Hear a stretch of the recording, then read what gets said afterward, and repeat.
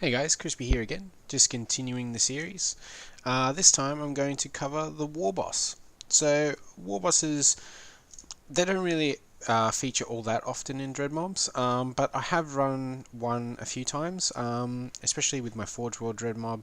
It was just nice having something that wasn't a vehicle. I often stuck him in a truck with 3 Mega Knobs just to back him up a bit. Obviously that tactic still sort of holds true, except that he can't really join the Mega Knobs, and as we've gone over, trucks are a little bit better, but obviously if a truck explodes and you roll that one, then this guy will be toast. As far as changes, so in 5th edition this guy was T4. He often died. Then they released a new codex, which was the one that was with us until what was it? About mid 6th edition, I think it was. And it was it gave us, oh, it might have been beginning of 7th. Yeah, it was the first 7th edition codex release. That's right, or second 7th edition. Can't quite remember. But anyway, either way, he became toughness 5, which made a huge difference to his survivability. In let's have, like, as far as he was weapon skill 5, ballistic skill 2, strength and toughness 5, 3 wounds. We had 4 attack space. He was leadership 8, I believe, or maybe 9. He might have been 9. You could give him mega armor, you could give him heavy armor, you can give him cyborg body, all those sorts of things. So let's have a little look and see how he's changed with 8th edition. Now he moves 5 inches. I'm going to go over both of these actually. So first off, let's start with effectively the heavy armored Warboss. He moves 5 inches. So that is obviously, we've lost an inch there. Not too big of a deal. But he hits on a 2+ now, which is huge. We very rarely hit things on 2s previously. So that's really cool to see. So 2+ there. Ballistic skill hasn't changed. We're hitting on 5+. We are now strength 6, so an extra point in strength there, so that's not too bad. Toughness 5, same toughness. Wounds wise, we're now 6, so we've doubled in wounds, which is cool. Attacks wise, we've got 4 attacks, so that's remained the same. Leadership 8, I believe leadership 8 is the same from the previous iteration. And then we are 4+ save, which obviously when you purchased heavy armor, you were a 4+ save. Standard, you're coming armed with a custom shooter, a big chopper, and some stick bombs. So the custom shooter now is assault 4 weapon, range 18. Pretty good. Strength 4, no AP, damage 1. Nothing to write home about, but still, if you get off a couple kills there with that, you sort of be laughing. That's not too bad. We can also give this guy an attack squig, which allows us, every time the model with an attack squid fights, it can make 2 additional attacks with this weapon. And the attack squid himself, he is strength 4, -1 AP, and 1 damage. You can also arm this guy with a big chopper, which is +2 to his strength, so strength 8, which is pretty cool. -1 to their AP and 2 damage. I mean, that's probably no news to you guys because that was also in the faction focus. Obviously, he's armed with stick bombs, which is a grenade D6, strength 3, AP 0, and damage 1. So that's just like a standard grenade. I believe same might be Imperial Guard have a similar grenade. So that's nothing new there. We can also replace our shooter with the shooty weapons or choppy weapons list.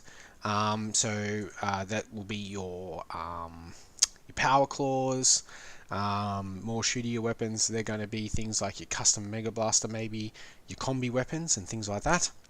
And then again, we can replace the chopper with the choppy weapons list. So the reason why they're giving you 2 options for the choppy weapons, I believe, is because I think you can take the kill saws. I may be wrong here, but I think kill saws are in the choppy weapons list. In which case, if you take 2 kill saws, then you get an additional attack. So maybe something to look into yourselves. But that could be cool. And as I said, you can take an attack squig. We've already gone over that. Here we go. Again, that's just the universal rule that orcs have. You can reroll charges, not necessarily failed charges. Then the mob rule, he uses the leadership of larger mobs around him. So if you've got 20 guys, this guy's effectively leadership 20. Then he also has an additional rule called War. It's where when you let off this ability, units within 6 of this model at the start of the charge phase can charge even if they advance this turn. So obviously making your foot boys quite a bit faster. So that's a cool ability to have there. As far as I can see here, it's not once per game, it's just always. Yeah, so it's just always in effect. So that's his aura effect. That's pretty cool.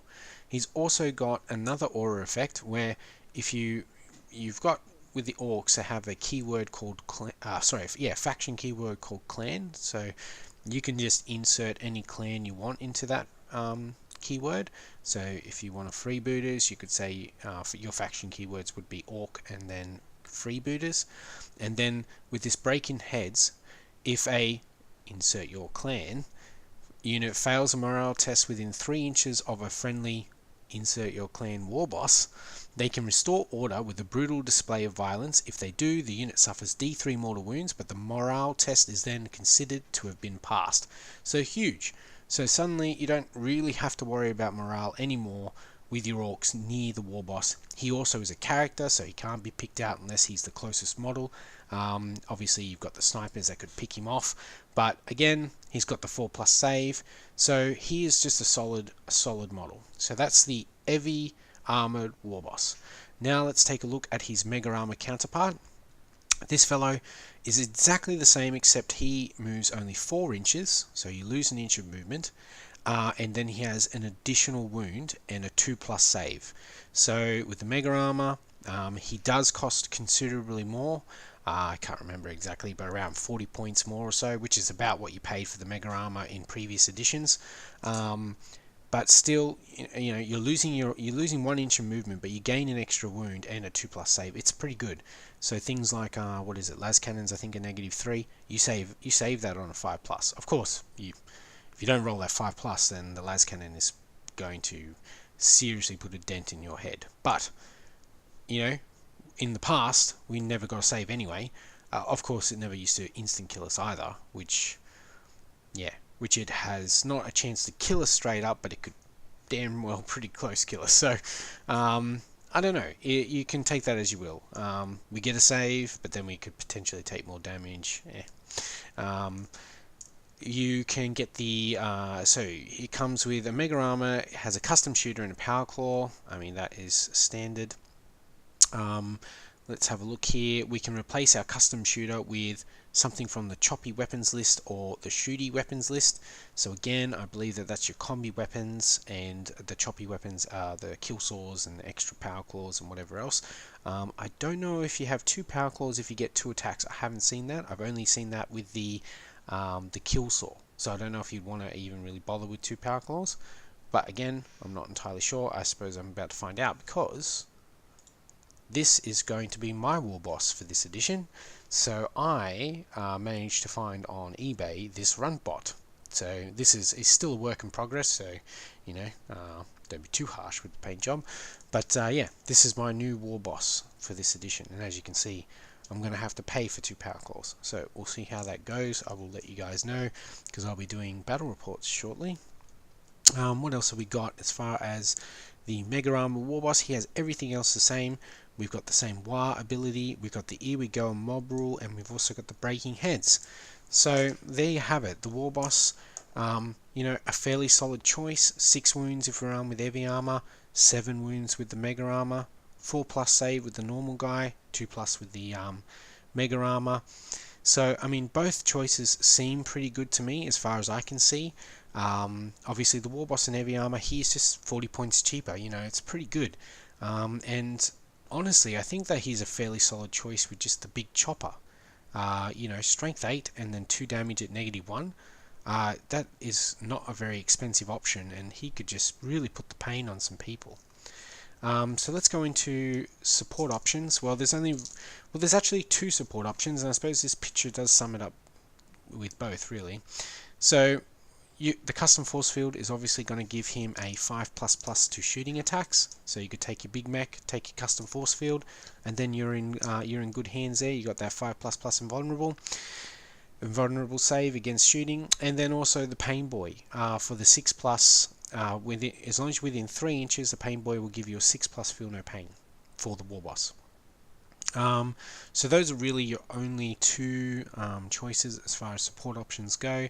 But again, both of those are quite good. I think that the 5++ big mech choice may be a better choice if you're running an all foot list and you've got your heavy armored Warboss on foot, which, you know, when you're a new player, you've just picked up that Black Reach starter set or whatever, you've got the Warboss in heavy armor. I've owned him as well, and I don't know about anyone else, but I'm super looking forward to putting that guy on the table because I painted him up, and I've never really had a chance to put him on the table because he just wouldn't live with a 4+ save, and he ended up being quite expensive with, you know, paying 25 points for a power claw, and then he's only got a 4+ save, and then he only had 3 wounds or whatever, and he was just dead too quickly. So at least now he's got 6 wounds, he's protected again with the character rule, so there's a good chance that, you know, these foot lists on the foot are going to get into you.